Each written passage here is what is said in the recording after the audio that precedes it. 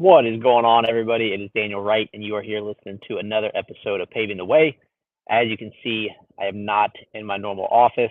There may or may not be palm trees behind me, but that doesn't matter because I'm still here getting to hang out with you for a few minutes on a Saturday morning.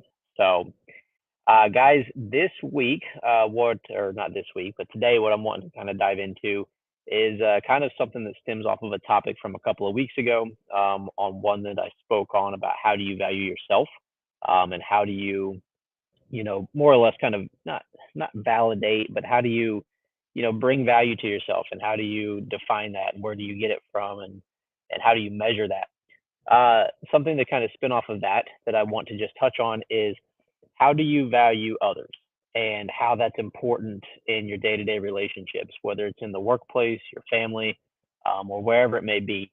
But it's just kind of been something that, like I tell you guys, a lot of the stuff that I like to, chat about on here is stuff that's going on in my life or that I'm dealing with, personally, professionally, or whatever it may be.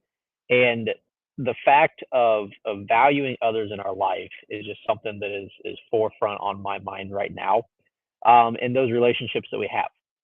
So whether it's from the personal relationships that we have at home, so if you're married, you have a significant other, you have children, parents, whatever it may be, how do you show them that you value them? Some things that kind of come to mind for me is things that I think about would be, what can I do for them? Like, what are some things that I can do for those that I value in my life and the relationships I have? Whether it's helping them with certain things, whether it's, calling to check in on stuff, whether it's just, telling them thank you when they do something, go out of their way for me. Little things like that. What can you do for those other people and show them you value them? Another thing that, I kind of look at when it comes to valuing others and the relationships that you have is what are the things that they do for you that they don't have to? And not in a way to say like, oh, I'm counting all these things that people do for me, but it's the things that the people do for you that when they don't have to, they're going out of their way, they're going above and beyond. And whether it's their time, whether it's they're letting you use, or they give you things that they can like tools to get things done, whatever it may be. But what are people doing in your life that help you out in some way that they don't have to? And when you kind of think about things in your relationships in that way of what do you have to offer others, and then what are the things that others are offering you that they don't have to, it really puts into perspective the importance of the relationships that you have in your life.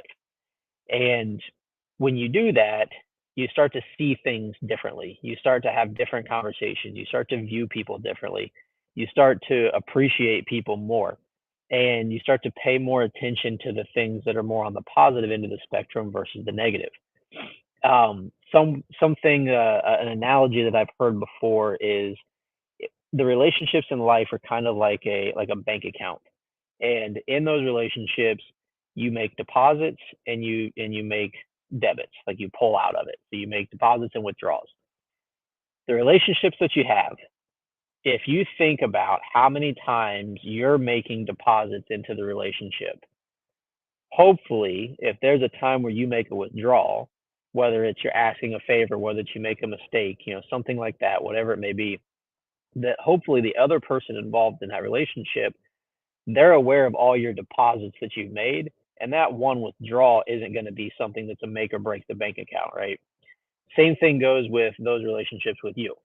If you think about all of the deposits that people put into that relationship with you in your life, and then they end up making a withdrawal at some point, they end up making that mistake, they ask for a favor, whatever it may be, that it pulls something out of it.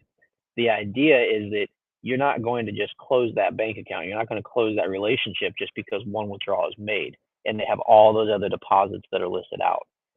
And that's something that has kind of hit home with me, is trying to make sure that we pay attention to the good aspects that people offer, that we offer them, and it goes both ways. The more that we do that, the more that those relationships are solidified, the more that they're, the trust is built between people, the appreciation is built between people, so on and so forth. And when you get to experience that, when you get to experience the fruit of those relationships and the effort that's put in on it, it becomes an entirely different situation. because it's more fun, it's more enjoyable, it's more rewarding, and it's more fulfilling. So, like I said, just wanted to touch on that a little bit today, and just kind of give that reminder to think about, how are you valuing those relationships that you have in your life, whether it's at home, whether it's at the workplace, on a sports team, whatever it may be. So, guys, I appreciate you tuning into this little message today. I know the video quality isn't super great. It's getting a little bit dark out here where we're at. Give you a little view behind me. Not too bad, I would say. But yeah, I really appreciate it, guys. I appreciate all the support I've been getting so far. Appreciate the shares, the likes, the comments, everything like that. So look forward to seeing you guys on Wednesday. Take care. Let me know if you need anything.